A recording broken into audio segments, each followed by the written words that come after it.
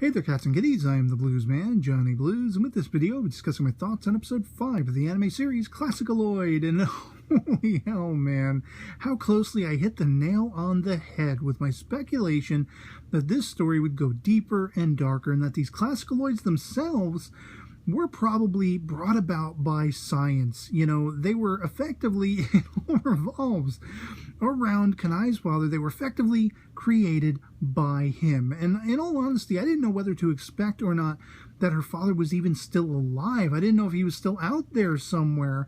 And it's actually her father, who was the guy that when Franz Schubert was awoken in the previous episode, you know, he's recollecting back to having seen Beethoven and Mozart spiriting someone away in the middle of the night from this, you know, industrial complex that is apparently overseen by Bach-sama.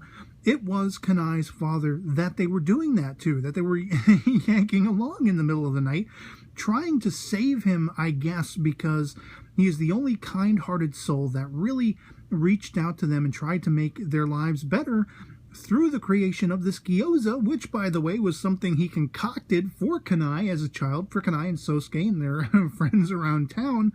And he made this for Beethoven and Mozart and really brought some warmth to their plight. Whatever their plight was, it's hard exactly to know. I have to assume, much as I have speculated in past, episode discussion videos, that it has to do with the exploitation of their music abilities, their powers, to create a homogenized sort of, pseudo-pop music. And I was really kind of surprised in seeing these two girls that are working under Bach-sama. One of them can actually communicate with him, understands what he's saying, and is very much ordering, this Rat King, this, sort of Willard Cometh, Willard / Agent Smith from The Matrix, with hundreds of versions of him. She too can wield the music, and I'm wondering if her abilities are stemming from that. Now, there are some hints toward the end of the episode with the preview for the next, talking about the original ClassicaLoids. Well, who are they? How many more are out there?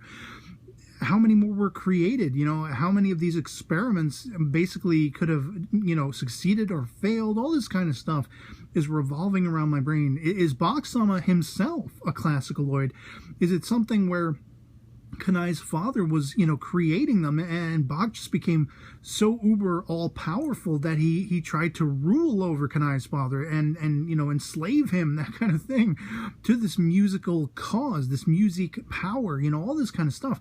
It is mind-blowing. I'm just so, like, the whole affair with effectively Motes and this king rat dude, this Willard-like dude, like, as soon as he puts on the cat face, as soon as he sees cats, he's running. The chase ensues. At first, he's trying to manhandle Motes and bring him back, but Motes is completely getting feral on his ass and chasing him down. It was absurd. It was just beautiful and absurd.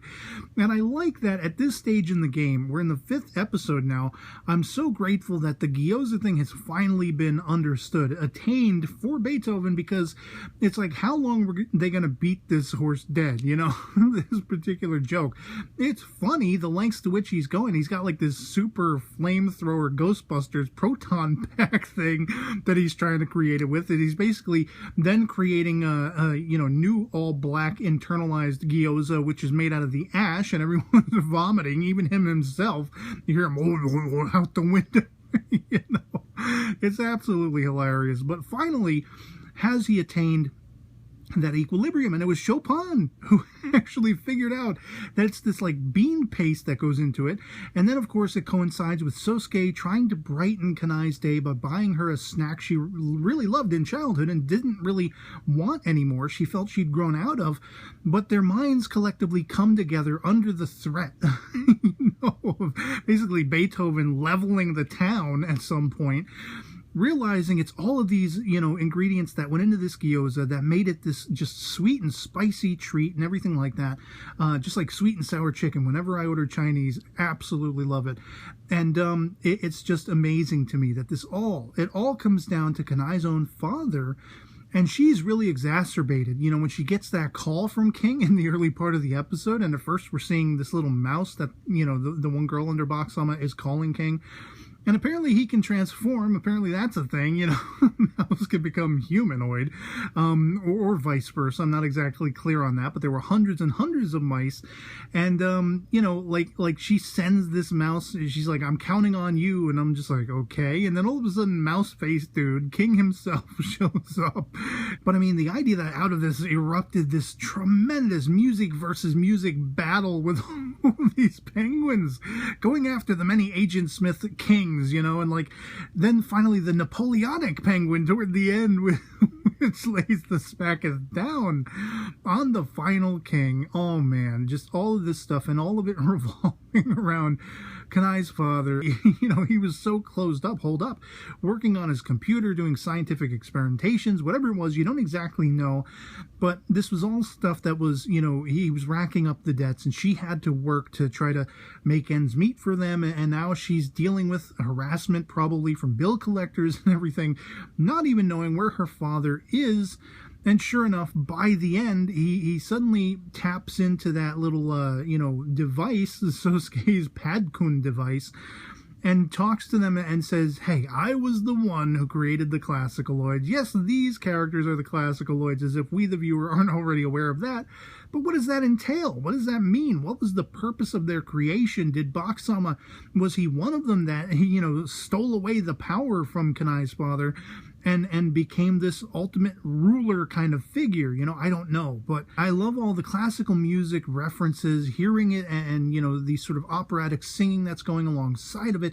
I love the mashup with the more contemporary rock music and everything, and pop music.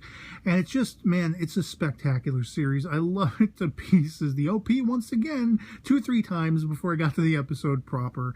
And yeah, just, oh man, it's an amazing, amazing series. I can't wait to see how this is gonna play out. It's astounding me. It's brain busting me right now. And so yeah, otherwise that'll be pretty much it for me on this. Hope this video finds you well, and I'll catch you all later. Peace.